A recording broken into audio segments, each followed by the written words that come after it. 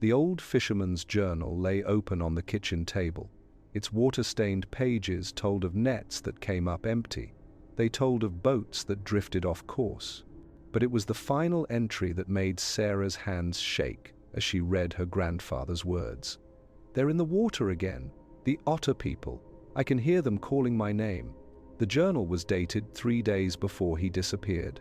For many years, the native peoples of Southeast Alaska have spoken of strange creatures. These beings blur the line between animal and human. They are known as the Kushtaka, part otter, part man. These shape-shifting beings live in the misty waters and dense forests of the Pacific Northwest coast. To some, they protect the innocent. To others, they bring death. The word Kushtaka comes from the Tlingit language. It means land otter man. These beings hold a unique place in native Alaskan stories. Unlike many scary creatures that attack without reason, the Kushtaka have clear goals. They rescue those who are drowning or lost in the wild, but their help comes with a terrible price. The native groups of Southeast Alaska have kept these stories alive for over 1,000 years. The Tlingit, Haida, and Tsimshian peoples all share similar accounts. According to their stories, the Kushtaka appear when someone is in deadly danger near water. They pull drowning victims to safety. They guide lost hunters back to known paths. But in return, they change their victims into Kushtaka themselves. The change is not quick, it happens slowly. The saved person begins to forget their human life. They start to love water in an odd way. Their speech becomes hard to understand. In time, they join the group of Kushtaka. Then they hunt for new victims to save. It is a cycle that has gone on for centuries. The looks of Kushtaka vary between tribal stories. Most describe them as roughly human in size and shape. They have long, rough hair that shines when wet. Their hands end in webbed claws. Their faces mix otter and human features. Some witnesses say they smell strongly of fish and seaweed. Others report a strange scent that cannot be described. The creatures are said to be very smart. They can copy human voices perfectly. They understand the languages of the coastal tribes. They even know the names of specific people. They call out to lure them closer to the water. This makes them very dangerous. They can change their hunting methods based on who they want to catch. Dr. Maria Santos was a person who studied native cultures. She spent 3 years studying Tlingit culture. She wrote down over 40 detailed Kushtaka meetings between 1985 and 1988. Her work focused on the village of Huna, on Chichagof Island. She found that every family in the town had at least one story about the creatures. Most involved missing relatives who vanished near water. One story came from an elderly woman named Elizabeth Marks. In 1962, when she was 16, Elizabeth and her cousin went fishing near Icy Strait. They launched their small boat just after dawn. The weather was calm, the water was clear. They expected to return home by evening with enough salmon to feed both families for a week. Around midday, they heard someone calling for help. The voice seemed to come from a small island about half a mile from their spot. It sounded like a young child crying for their mother. Elizabeth wanted to check right away. Her cousin was more careful. He had heard stories about voices that came from empty islands. They argued for several minutes while the cries continued. Finally, Elizabeth's kind heart won out. They rowed toward the sound. As they got close to the rocky shore, the crying stopped. The island looked completely empty. No footprints marked the beach. No one answered when they called out. Elizabeth's cousin wanted to leave right away, but as they pushed off from the shore, Elizabeth saw something that made her blood freeze. In the shallow water near their boat, a group of otters had come up. They were larger than any otters she had ever seen, and they were watching her with clearly human eyes. The otters followed their boat for over an hour. They stayed just close enough to remain visible. Elizabeth could hear them making sounds that seemed like whispered talks. Her cousin rowed harder than she had ever seen anyone row. He kept looking over his shoulder at the chasing animals. When they finally reached Hoonah's harbor, the otters disappeared beneath the dark water. Elizabeth thought it was over. She was wrong. That night, she heard someone calling her name from outside her family's house. The voice belonged to her grandmother, who had died 2 years earlier. Elizabeth opened her bedroom window and looked out at the forest. She could see a figure standing among the trees. It had her grandmother's shape and wore her grandmother's favorite dress. But something was wrong with the way it moved. It swayed back and forth like seaweed in ocean current. The figure called for Elizabeth to come outside. It promised to show her something wonderful by the water.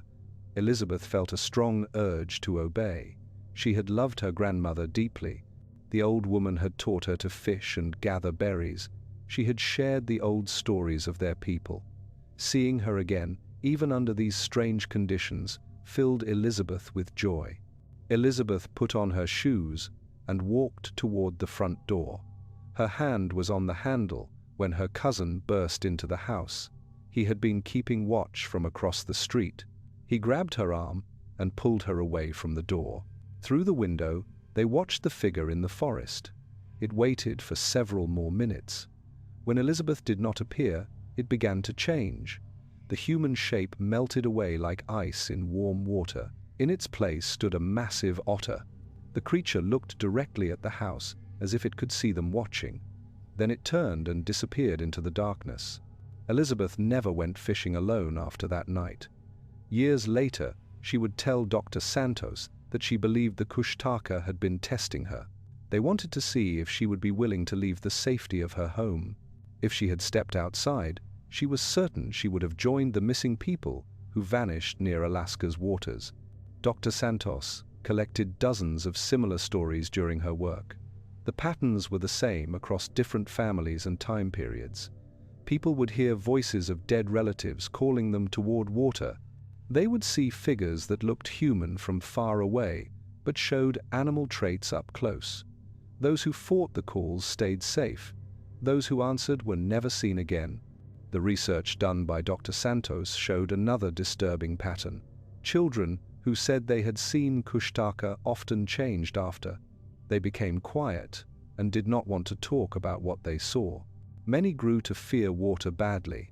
This fear lasted into their adult years.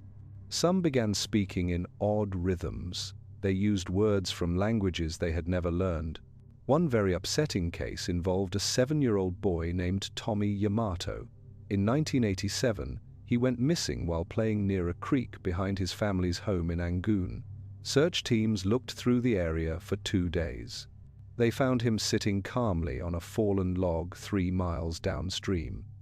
He showed no signs of trouble, despite having spent 48 hours in the wild. Tommy said that friendly otters had kept him safe during his time away. He described sleeping in warm, dry caves that the search teams never found. He said the otters brought him fresh fish to eat and clean water to drink. When adults asked him for more details, he would only repeat the same story in the same words. It was like he had memorized a script. Over the next months, Tommy's personality changed greatly. He had been outgoing and talkative before. Now he liked to sit alone by windows that faced the water. He began making clicking sounds with his tongue. These sounded like otter calls. His teachers noticed that his handwriting looked different. It flowed like waves instead of normal letters. Most disturbing of all, Tommy began to show knowledge he should not have had. He could name fish species that were not native to local waters. He knew the names of old Tlingit fishing grounds. These places had been left empty for decades. When asked how he learned these things, he would simply point toward the creek. He said the otters had taught him. Tommy's parents finally moved the family to Anchorage. They hoped that distance from the coast would help their son get better. The move did seem to reduce his focus on water. However, even years later, Tommy would sometimes wake in the middle of the night. He claimed he could hear otters calling his name. Dr. Santos wrote down 17 similar cases. All involved children who had brief disappearances, followed by personality changes. The pattern was the same across different communities and time periods. The children always said they had been helped by friendly animals. They always showed new knowledge they could not have learned through normal means, and they always kept their unusual behaviors for months or years after. Child doctors might explain these cases as responses to scary events. Being lost in the wild would certainly be frightening for a young person. The mind might create comforting fantasy stories to cope with the experience. Made-up animal helpers could provide a sense of safety and control in a helpless situation. The behavior changes could also have mental origins. Children who survive scary events often develop new fears and habits. They might copy animal behaviors as a way of feeling more ready for future dangers. The strange knowledge they show could come from overheard adult talks. It could also come from forgotten school lessons that come back under stress. Yet some parts of these cases fight against normal mental explanations. The specific details that children provide often prove to be true when researchers look into them. The fishing grounds that Tommy named, for example, had indeed been important to Tlingit culture. But records of these locations existed only in old research papers. A 7-year-old could never have seen these papers. The sameness of the children's stories across different families and towns is also remarkable. If these were purely mental responses to scary events, more variation would be expected. Instead, the children describe nearly the same experiences with animal helpers. These helpers provide specific types of help. Professional search and rescue teams who work in Southeast Alaska have their own theories about Kushtaka meetings. Many have seen unusual animal behavior during their work. Otters seem to appear at accident sites more often than chance would suggest. The animals often show what can only be called research interest in human activities. Captain James Morrison of the Alaska State Troopers spent 23 years running rescue operations in the region. He responded to over 300 missing person cases during his career. In his experience, the presence of large otter groups strongly matched areas where people disappeared without explanation. Morrison wrote down several incidents where search teams found evidence of otter activity at empty campsites. The animals had apparently looked at human belongings with unusual care. Tents were found with small puncture holes. These could have been made by otter claws. Food containers were opened with what seemed to be careful precision. This was not random animal searching. In one particularly strange case from 1998, a solo kayaker named David Walsh went missing near Baranof Island. His kayak was found floating upright with all his gear still tied inside. The only unusual detail was a series of small scratches on the boat's hull. These formed an almost geometric pattern. 2 days after Walsh disappeared, a park ranger found his camping equipment arranged in a perfect circle on a beach. This was 12 miles from where the kayak had been found. The tent was set up properly. The sleeping bag was laid out as if someone intended to use it. Personal items were placed with careful balance around the campsite edge. Walsh's body was never found, but 6 months later, hikers reported seeing a figure that looked like him. This person walked along remote shorelines. The figure would always disappear when approached. Local residents began to whisper that Walsh had been changed by the Kushtaka. They thought he was now trying to lure other victims to the same fate. Morrison looked into these sightings personally, but could never find solid evidence. He did, however, notice that the reported locations formed a rough pattern along the coast. The sightings seemed to follow old Tlingit travel routes. These connected winter and summer villages. This suggested either remarkable geographic knowledge on the part of whoever was creating false sightings, or something was indeed following ancient pathways through the wild. The Alaska Department of Fish and Game has studied otter populations throughout southeast Alaska for decades. Their research has found several strange things that might relate to Kushtaka legends. Some otter colonies show social behaviors that differ greatly from documented patterns in other regions. They form larger groups than typical for the species. They show more complex communication systems, and they show unusual tolerance for human closeness. Dr. Patricia Reeves was a marine mammal specialist. She studied Alaska otters from 1992 to 2005. She watched several colonies that seemed to be monitoring human activities on purpose. The animals would position themselves near fishing boats and kayak routes as if keeping watch. They appeared to react to human distress signals from distances that exceeded normal hearing range for their species. Dr. Reeves also wrote down unusual sounds from Alaska otter populations. Standard otter communication consists of clicks, chirps, and whistles, but she recorded sounds that seemed like human speech patterns. Computer analysis revealed that these sounds had tonal qualities similar to Tlingit and Haida languages. The recordings were brief and could not be definitively analyzed for language content. The most interesting discovery came from tracking studies using implanted radio transmitters.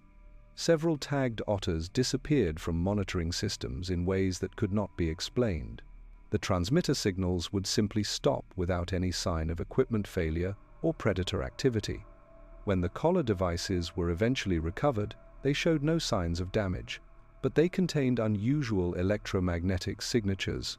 These suggested exposure to unknown energy sources. These scientific oddities provide potential support for Kushtaka theories, but they also raise new questions. If the creatures are indeed shape-shifting entities, how do they interact with modern tracking technology? If they are simply misidentified animals, what explains the electromagnetic oddities and unusual social behaviors? Government agencies that operate in Southeast Alaska have developed unofficial rules for dealing with Kushtaka-related incidents. The Coast Guard trains rescue personnel to be alert for cases where victims report animal assistance. The Forest Service maintains files on disappearances that involve unusual animal activity, and the Alaska State Troopers have procedures for investigating missing person cases where Kushtaka encounters are suspected. These rules are not officially acknowledged, but they reflect practical recognition that something unusual occurs in the region. Emergency responders need guidelines for handling situations that fall outside normal parameters. Whether the phenomena have supernatural or natural explanations, they create real challenges for search and rescue operations. The mental impact of Kushtaka beliefs on rescue workers themselves is also significant. Personnel who spend their careers responding to emergencies in otter territory report higher levels of anxiety and stress. This is compared to colleagues who work in other regions. Many develop personal rituals or superstitions related to water safety. Some request transfers to different duty stations after extended exposure to the mysteries of Southeast Alaska. Modern technology has captured some evidence that might relate to Kushtaka activity. Trail cameras placed by wildlife researchers sometimes record unusual images near shorelines.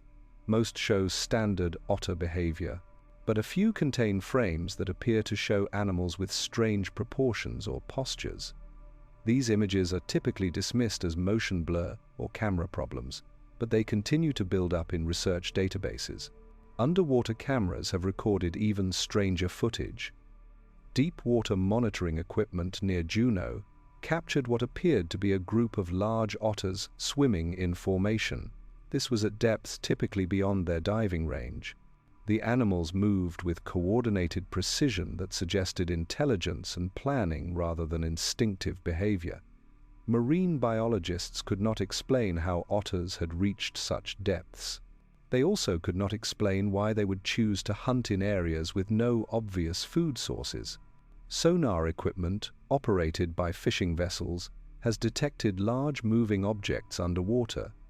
These do not match known marine species profiles. These contacts typically occur in coastal areas during calm weather conditions.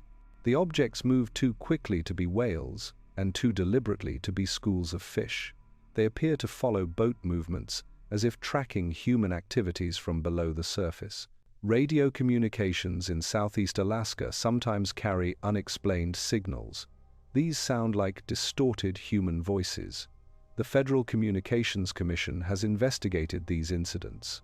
They found no sources of unauthorized transmissions. The voices seem to know the names of specific individuals and call to them repeatedly. Emergency services personnel are trained to ignore these phantom communications. This helps avoid false rescue responses.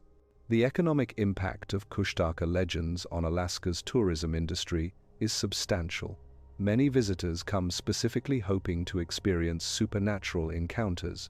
Tour operators offer specialized expeditions to locations associated with Otter people sightings.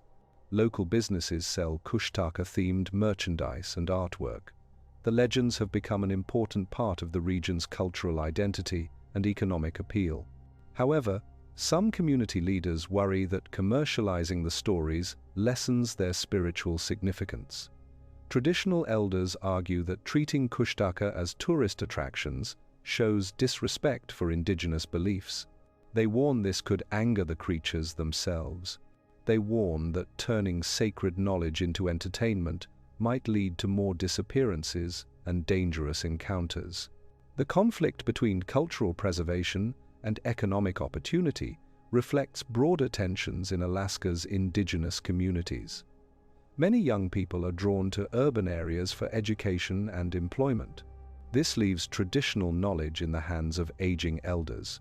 The Kushtaka stories serve as connections to ancestral wisdom, but their survival depends on finding ways to pass them to new generations. Educational institutions in Southeast Alaska have developed programs to document and preserve traditional knowledge about Kushtaka and other cultural beliefs. Students interview elders, record oral histories, and research historical accounts. These efforts ensure that important information will not be lost even as communities modernize and change. The documentation process has revealed additional details about Kushtaka behavior that were not previously widely known. Some stories describe seasonal patterns in creature activity. Others mention specific locations where encounters are most likely to occur. The accumulated knowledge provides valuable insights for both researchers and anyone who plans to spend time in Otter territory. Climate change is affecting Southeast Alaska in ways that might influence Kushtaka activity. Rising water temperatures are altering marine ecosystems. They are forcing animal populations to adapt to new conditions. Sea level changes are flooding traditional coastal areas and creating new waterways. These environmental shifts could disrupt whatever factors govern supernatural encounters in the region. Some elders believe that climate change will make Kushtaka more active and aggressive. They argue that environmental stress will drive the creatures to seek more victims for transformation. Others suggest that warming waters will force the Otter people to migrate to new territories. This could potentially spread encounters to areas that were previously safe. The relationship between environmental change and supernatural activity remains largely theoretical. However, missing person statistics for coastal Alaska do show increases. These correlate with documented climate impacts. Whether this reflects more dangerous conditions for human activities or increased Kushtaka activity cannot be determined from available data. Research into the Kushtaka phenomenon continues despite limited funding and official skepticism. Independent investigators, university researchers, and indigenous knowledge keepers work together to understand these mysteries. Their work combines traditional stories with modern scientific methods. They seek explanations that respect both cultural heritage and solid evidence. The simple explanation for these encounters is straightforward. The dense forests and dangerous waters of Southeast Alaska have claimed thousands of lives over the centuries. Grief-stricken relatives need a way to explain these disappearances. The Kushtaka stories provide comfort by suggesting their loved ones were rescued rather than killed. Even if that rescue came with supernatural consequences, the mental component cannot be ignored. People who are lost, cold, and desperate are prone to seeing things. They might genuinely believe they hear familiar voices or see helping figures. Their minds could transform ordinary animals into supernatural beings. The stress of survival situations can create vivid false memories that feel entirely real. However, there are aspects of the Kushtaka phenomenon that resist simple debunking. The consistency of witness descriptions across isolated communities is remarkable.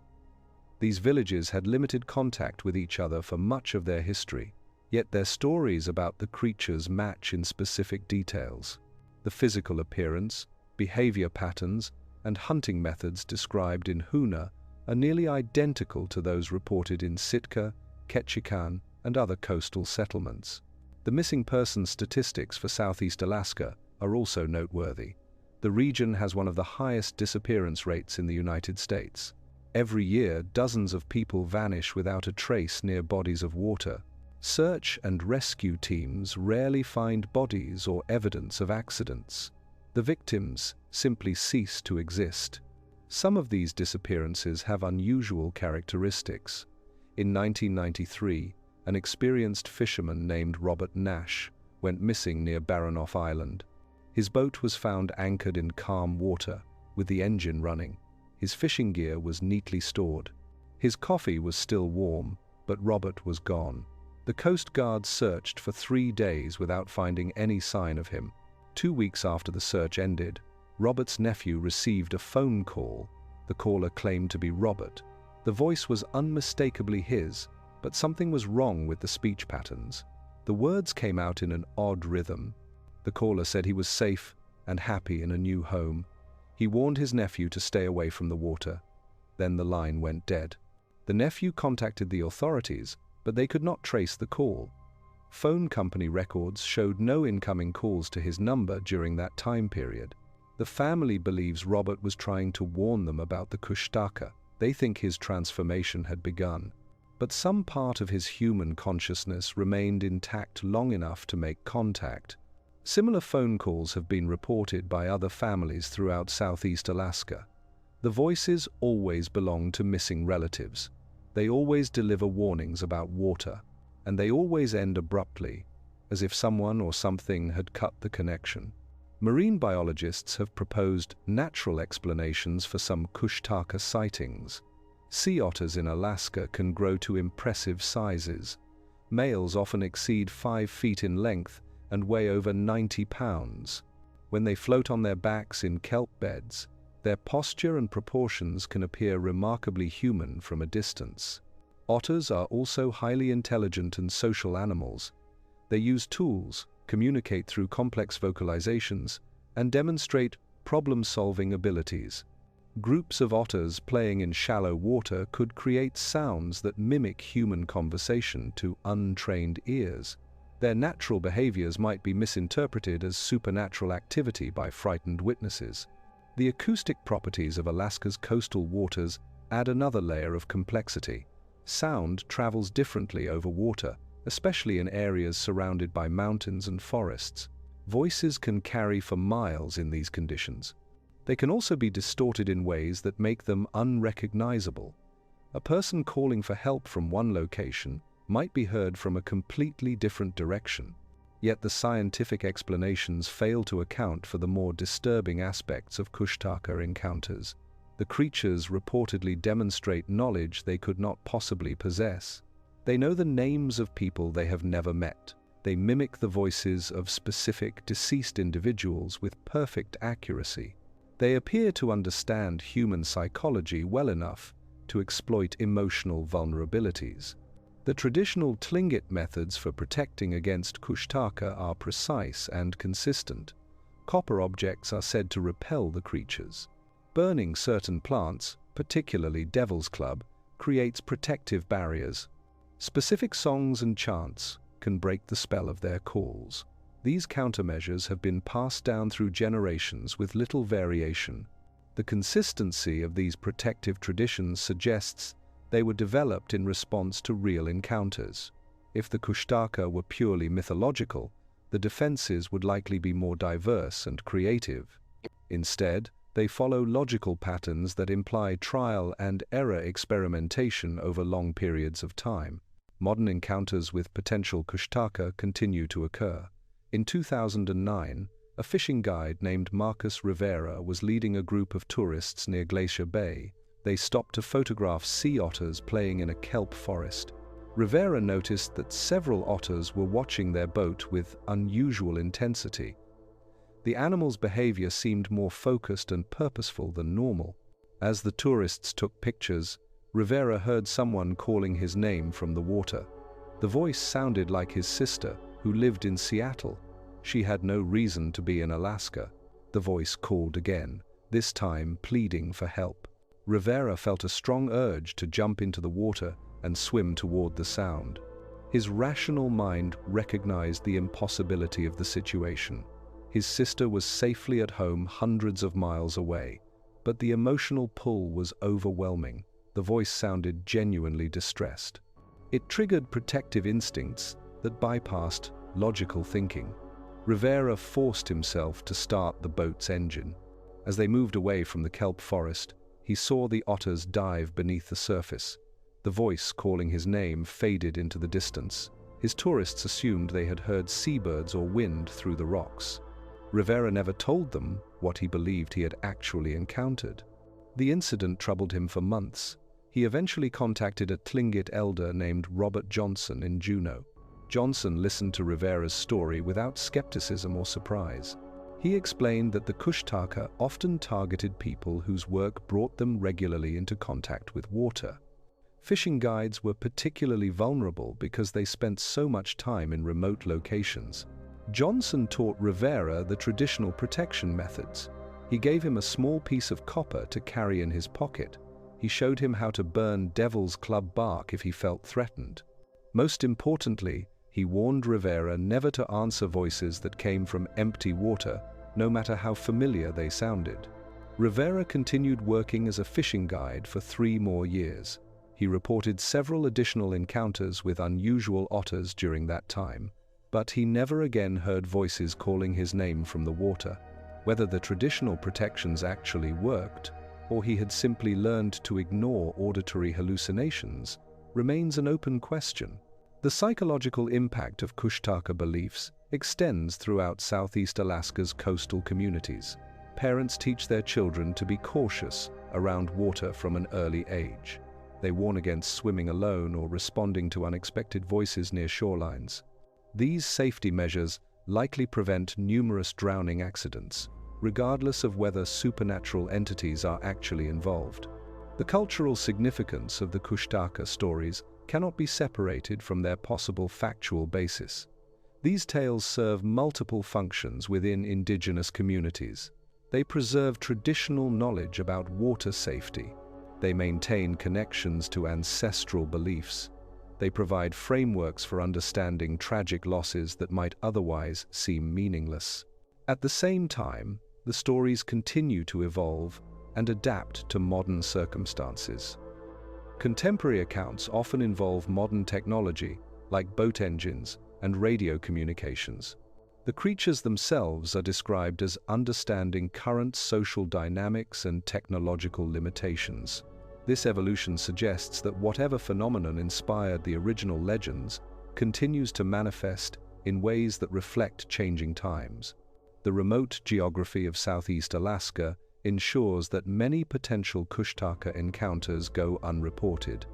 Vast areas of coastline remain uninhabited and rarely visited.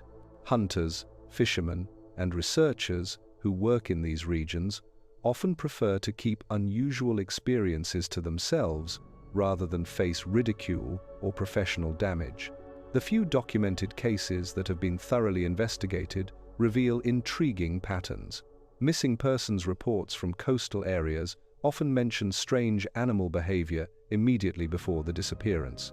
Search teams frequently note the complete absence of evidence, as if the victims simply vanished from existence, and family members sometimes report contact from the missing person weeks or months after the official search ended. These patterns could indicate unknown natural phenomena that have been interpreted through cultural filters as supernatural encounters. Alaska's coastal environment contains numerous hazards that are poorly understood by science. Rogue waves, sudden weather changes, and underwater currents could create conditions that eliminate all traces of human presence while producing sensory experiences that survivors interpret as Kushtaka activity. The truth about Alaska's Otter people may never be fully determined. The evidence consists largely of eyewitness testimony from traumatized individuals in life-threatening situations. Physical proof remains elusive. Scientific investigation is complicated by the remote locations where encounters typically occur.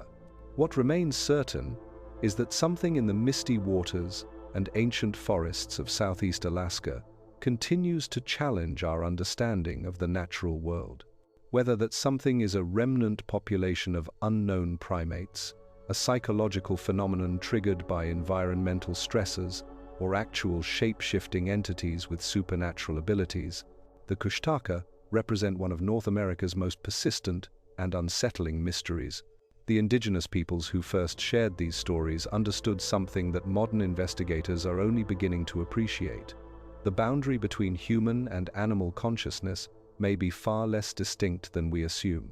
In places where civilization has barely touched the landscape, older rules might still apply. Those who venture into Alaska's coastal wilderness would be wise to remember the warnings passed down through generations of Tlingit, Haida, and Tsimshian storytellers. Listen carefully to voices that call from empty water. Watch for otters that behave with human intelligence. And never, under any circumstances, trust a rescue that seems too convenient to be entirely natural. The otter people are still out there, waiting in the spaces between water and land, between human and animal, between salvation and transformation. They call to us with voices we recognize, offering help we desperately need, demanding payment we might not be willing to make. If you enjoyed this exploration into Alaska's mysterious otter people, let us know in the comments what other cryptids and unexplained phenomena you'd like us to investigate. Don't forget to subscribe for more stories that challenge everything you thought you knew about the world around us.